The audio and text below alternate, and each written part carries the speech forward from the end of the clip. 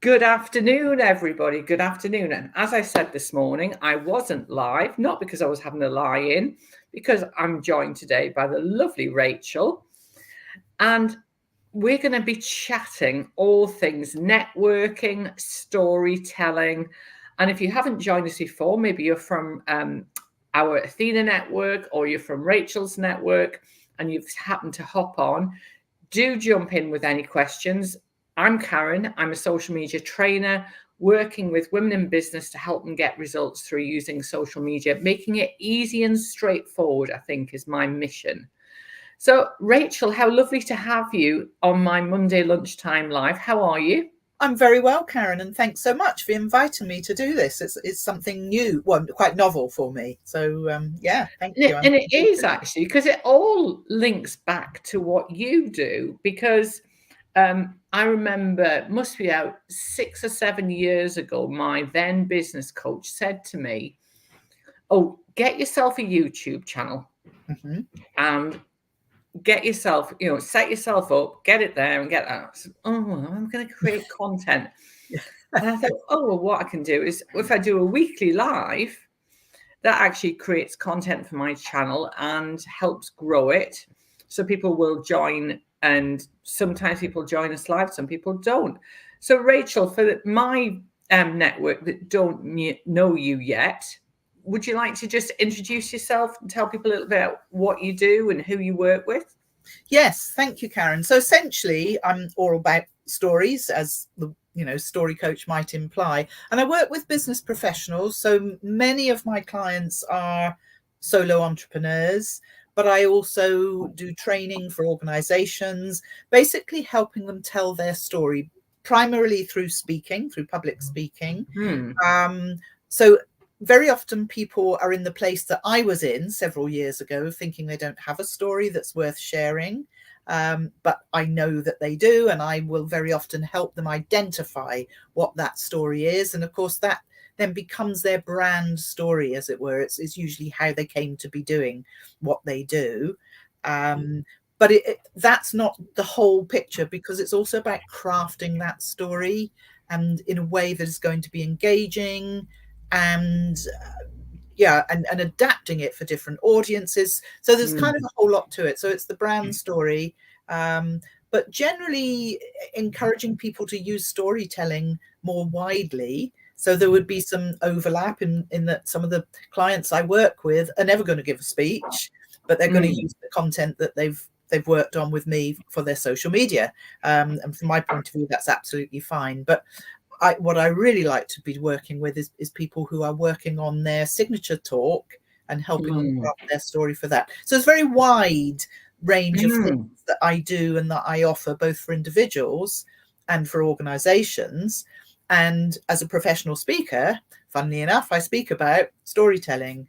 And my main angle on that is achieving approachable leadership through strategic storytelling, which is very current in the world of leadership at the moment, because I think when we think about leaders, we think about people that are good at goal setting, people who are good at leading from the front, they've got the credibility. But actually now people are recognizing that, yes, those things are important, but equally important is the humility, compassion and support piece. And that's where the strategic storytelling comes in. And that is just so fascinating, because when we first met, I heard you speak, and there are so many layers to this, aren't there? Because we are like great big living, breathing onions of human beings, aren't we? And there's so many layers that you take. And I remember when I rebranded 3 years ago, just after second year of COVID, actually, I rebranded, and the lady, excuse me, who did my branding, we talked about my brand identity. And I think when you work with solopreneurs, as we both do quite a bit, and sometimes it's easy to lose sight of that and that story that sits behind your why. So I'll often say to my clients, why do you do what you do? I want to get a sense of who you are, because it's that well, I just was telling you about the experience I've just had with the garage where they changed the wrong tire. Yes. And I could have picked up the phone, but because I spent about an hour and a half in there last week, I was working they've got a very nice place where I can work while I'm waiting for my car. I felt as though I'd built a little bit of a rapport with these guys. So I thought, rather than pick up the phone, because they might not remember me, I'm going to go in there. I was in town anyway for just doing a few jobs. But it's that getting the essence of you across. And it is that, humility is a great word, isn't it? Yes. And it's also setting yourself apart from other people that look as though they do the same thing as you. So there will be many social media people, there will be many speaker coaches, but it's about what makes us different to somebody else. And actually, I was having a conversation recently with somebody who coaches around a money mindset, helping people build their strategy to attract more income and abundance generally in their lives. And she was one of these people who feels that her story was unremarkable, whereas the reason I had chosen to work with her versus other people that I had come across in the same field who had more of what she described as a rags to riches background story. She's always known how to manage money. And for me, that story resonated. I'm not saying that made her better. No. It may or may not, and somebody else will have resonated with the other person's story. But it's just that thing. It's not, you're not necessarily going to get all the clients. It's just you're going to get the right clients for you because your story has resonated with them. And that is a word, resonates a word I use a lot. Because when I'm training my clients, we're just getting ready to start in July, the next cohort of social media for trainers and coaches. And one of the things that I'll say to them, we talk about, you need to write content that resonates with your perfect clients, because it's a bit like saying, we saw something on TV a couple of weeks back, and it was somebody who's like, I'm going to make myself sound really old, but like the teens would like, and I get the whole Taylor Swift thing, I think, but it was somebody else. And my husband said to me, but we're not the target audience.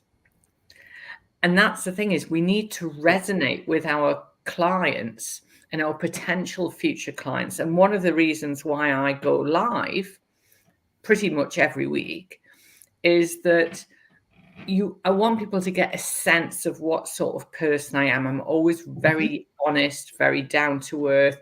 I let the cat have free rein. So if the cat decides to stick her head in the camera, she's not here at the minute, she's asleep. They can see that, and it's that reality. And I think in businesses and social media, the two cross over. There's a lot of smoke and mirrors, or perception of smoke and mirrors, isn't there? Yes, absolutely. And absolutely, that's a great example of the cat, because for somebody else, they might think, oh, well, how unprofessional, her cat's crawling over the desk. Yeah. But somebody else will love it. Yeah, absolutely. Well, yeah, 100%. And this then weaves itself into networking as well, which is how we both met, because we're both long-standing Athena members, aren't we? We absolutely are, yes. So I think I've been a member of, been part of Athena for 14 years now. Gosh, so I thought I was an old hand. I hate to use that word, but I think I've been 8 years, and this is one of the things that actually having that story that you're able to verbalize, actually, when you're networking, it becomes really powerful, doesn't it, Rachel? Yes, it does. And actually, one of the new programs I'm developing at the moment, because somebody asked me to help her with this, and I thought, actually, this would be something that would be useful for everybody, in a networking scenario in particular, is to coming up with an answer to the question, oh, what do you do, that isn't just your job title. It is what you actually do. So, and the idea being, of course, that you come up with something engaging, but particularly for the people whose job title ends the conversation. And Oh, very yes. often they're the people in finance, law, they 100%. know that that's what happens. So they need to say something different so that people say, oh, that sounds interesting. Yeah. And then they have the conversation. It's not that the other person's necessarily going to become a client, but it gives them a better idea of who this person is that makes them different from all the other people in their area of expertise that they might make a referral to at the very least. It's just trying to find the way of describing what makes you. And it's so true, though, isn't it? Because, and I'm sure you've had this happen to you. You go to, and I'm not saying just Athena, there are other networking groups. I was a member of a networking group, and it was a local in-person one. And every single week, this member said exactly the same thing for their minute, their moment in the spotlight. Yes. And I thought, they are wasting this opportunity, because and if you are networking in person, it's a challenge.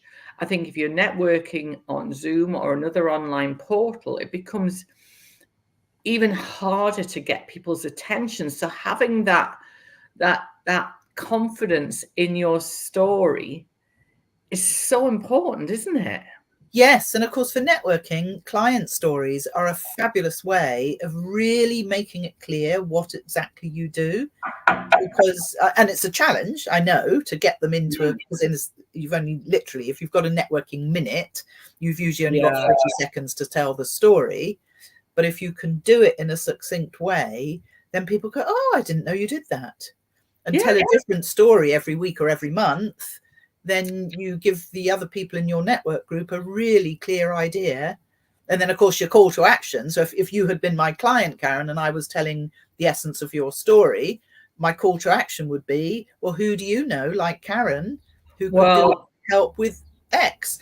And then immediately that's a hook in their brain to say, oh, my next door neighbor or my uncle or whatever it is. Whereas if you're saying, oh, these are all the things I do, and who do you know, anybody that needs my services, which we've probably all done, to be fair, it glosses over people's head. And it's so funny because actually just this morning, it was like I'd planned it. I didn't.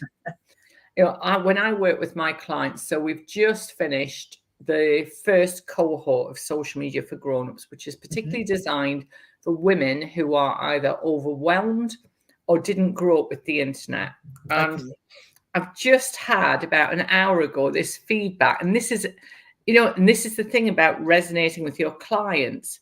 This lady said, I was impressed by Karen's credentials and a successful business background. Course Social Media for Grown-ups exceeded my expectations. Karen knows her stuff. She's dedicated to her students' success, and I would highly recommend her. And she said, what was it? There was a phrase she used that I've never used before. And this is the interesting thing. I think when you're thinking about storytelling, she said, a tailored strategy, but a more authentic, feminine, long-term approach to success. It prioritized relationship building, empathy, collaboration, inclusivity, and holistic thinking over quick transactional sales processes. Ooh, very interesting. Very, very, very interesting. Now, I've never used any of those words, but actually, sometimes your clients help you with your story. And I'm thinking, I'm going to grab all of that lovely Linda's feedback. Thank you, Linda, if you're watching. All of her lovely words, such kind words, and think, oh, how can I use that in my minute? How can I use that storytelling in my marketing? Because understanding your story has so many benefits, doesn't it, Rachel? Yes, no, absolutely. And understanding exactly how you help your clients in their words, because again, you'll know this, we've been networking long enough to know that how we might describe what we do. So, I might say, well, I help business professionals up level their business storytelling.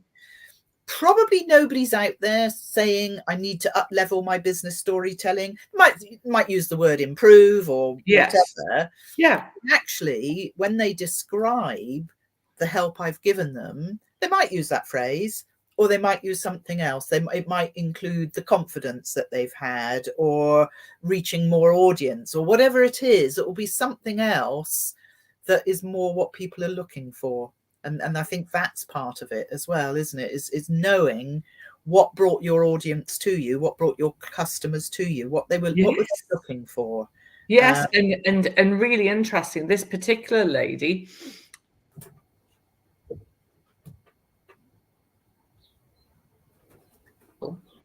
but she was using the word mentor. She was looking for a mentor. I thought that's really interesting, because I have a social media mentor program, which I don't really promote anymore. We're currently in the royal way in the process of revamping and going to have a completely brand new website by June, she says, really optimistically. And thinking about the words that you use is so beneficial. So, Rachel, we're getting close to out of time. So let me ask you for a couple of tips. So if somebody's struggling to find their voice, to find their story, what pointers would you give them to help them start this journey?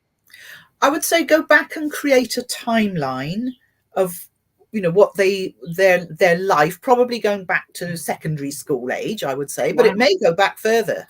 Without having the client in front of me, because some people's story starts right from the day dot, really, in their lives, because that might impact. But basically a timeline of how you got to be where you are. And looking at the significant changes, the points at which you made a decision. Because very often people, let's say somebody who is a lawyer now, may have wanted to be a lawyer since they were about 13 years old. So that influenced the GCSEs they took, it influenced the A-levels, it influenced the degree, and hey presto, here they are, a lawyer. That's still an interesting story, because not everybody will have followed that path. But those are the people that are likely to say, but my story was really ordinary. But there will have been some decisions. Was there some, did family or school want you to do something different? Were you weighing up law versus medicine, or all those sorts of things? And even if not, there will have been some challenges along the way that make the story. Or if your story is completely different, that all the way through you wanted to do something else, then on a chance conversation on a train, you decided, actually, I think I'm going to do law, then that becomes your story. I mean, I run some workshops, some career development workshops for women in the Navy. And one of the first questions we ask is to what made you come into the Navy? And some, it was what they always thought they would do because mum and dad before them, and sometimes grandparents, and it seemed a good thing. Others went along with their friend for a career day with no intention of joining themselves, and here they are 20 years later. So, and anything in between. So whatever your story is, it's going to reach somebody. And it's interesting, actually, you say that, because I found I've got our regional director for Athena, the lovely Vicky Stanton, who's just a wonderful human being, basically. She has this fantastic planner that I use, and she now does it as a loose leaf version, which is great, because if you have you can get a binder to put it in, or if you have, back in the day, a Filofax. Oh yes. I have a beautiful leather Filofax that my sales team bought me when I used to work in sales, when I was leaving. And I got it out and I went to put my planner in there. And the great thing is, because it's loose leaf, you can put in like a quarter at a time. So it's not a big beast. And out of there popped a photograph taken of me in 1982. Wow.